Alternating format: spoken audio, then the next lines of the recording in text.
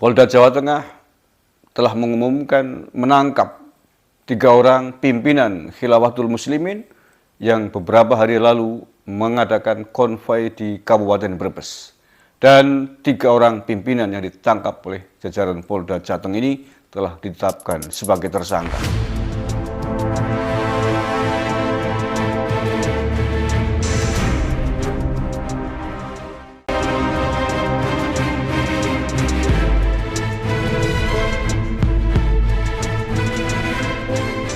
Assalamualaikum warahmatullahi wabarakatuh. Salam Nusantara, salam sejahtera untuk kita semuanya.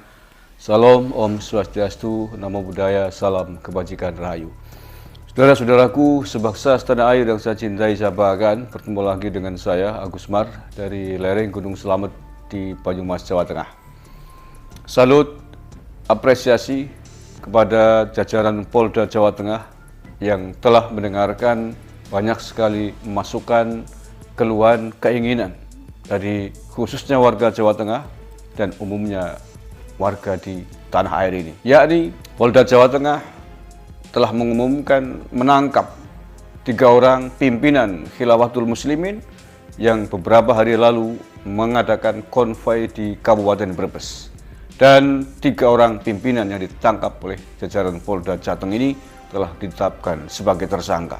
Apresiasi yang sangat besar kepada Polda Jawa Tengah yang berani bersikap tegas terhadap anasir-anasir yang datang dari individu ataupun kelompok yang dengan terang-terangan mengibarkan panji-panji yang melanggar Pancasila, panji-panji yang merendahkan prinsip-prinsip kita bernegara.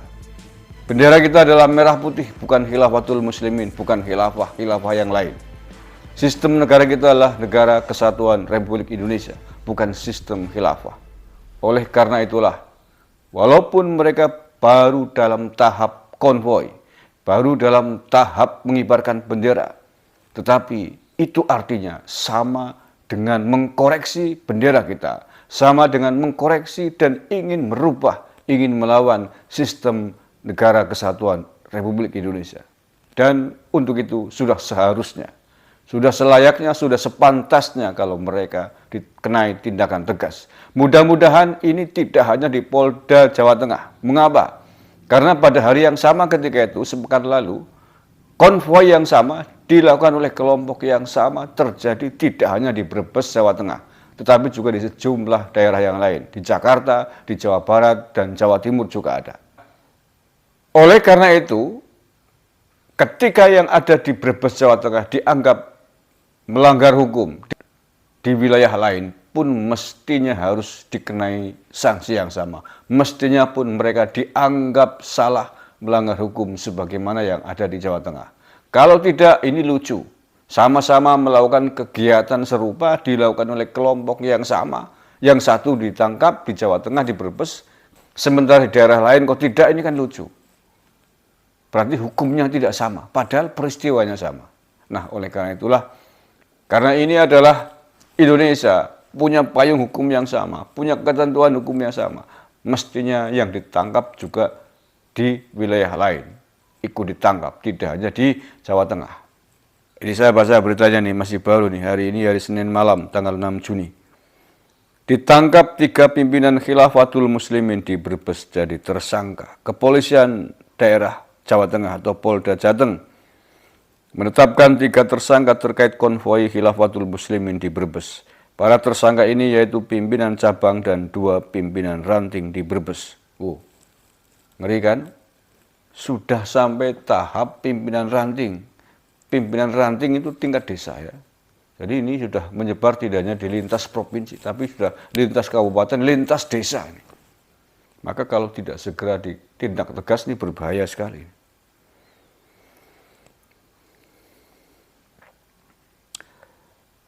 Detik memberitakan ini, pada hari Senin ini, 14 saksi diperiksa termasuk saksi ahli.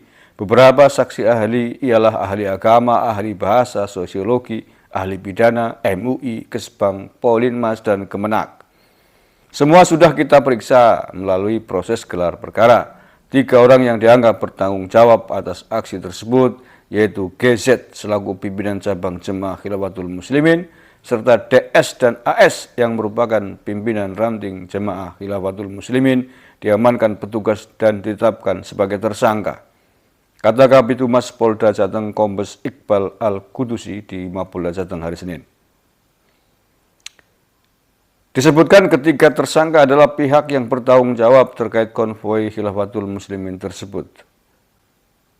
Yang dilakukan para tersangka yaitu menyelenggarakan konvoi kendaraan roda 2 dan melakukan penyebaran pamflet, selebaran berupa maklumat serta nasihat dan himbauan yang diduga memuat berita bohong atau belum pasti di masyarakat serta berpotensi makar. Nah, penting ini, berpotensi makar.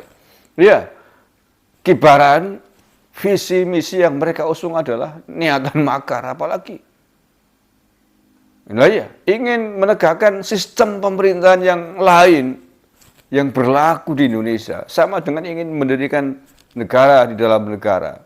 Sama saja ingin tidak setuju melawan dengan sistem NKRI. Itu kan ya makar namanya, walaupun belum diwujudkan dalam bentuk pemberontakan fisik.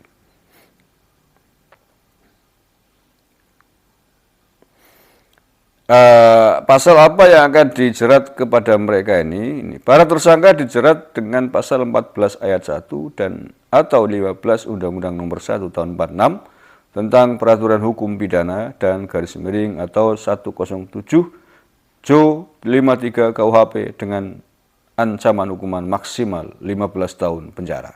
Oke, mantap. Mudah-mudahan tidak ada kompromi, tidak ada selesai di atas materai, dan mudah-mudahan dikenai sanksi yang berat. Kalau perlu maksimal. Mengapa? Karena pelanggaran atau potensi pelanggarannya ini luar biasa. Potensi makar yang ingin menggulingkan keutuhan negara kesatuan Republik Indonesia. Ini bukan pelanggaran hukum yang pere-pere, bukan maling pisang, bukan maling ayam, tapi ini maling ingin merampok negara yang kita cintai ini, ingin merobohkan merah putih, ingin merobohkan NKRI.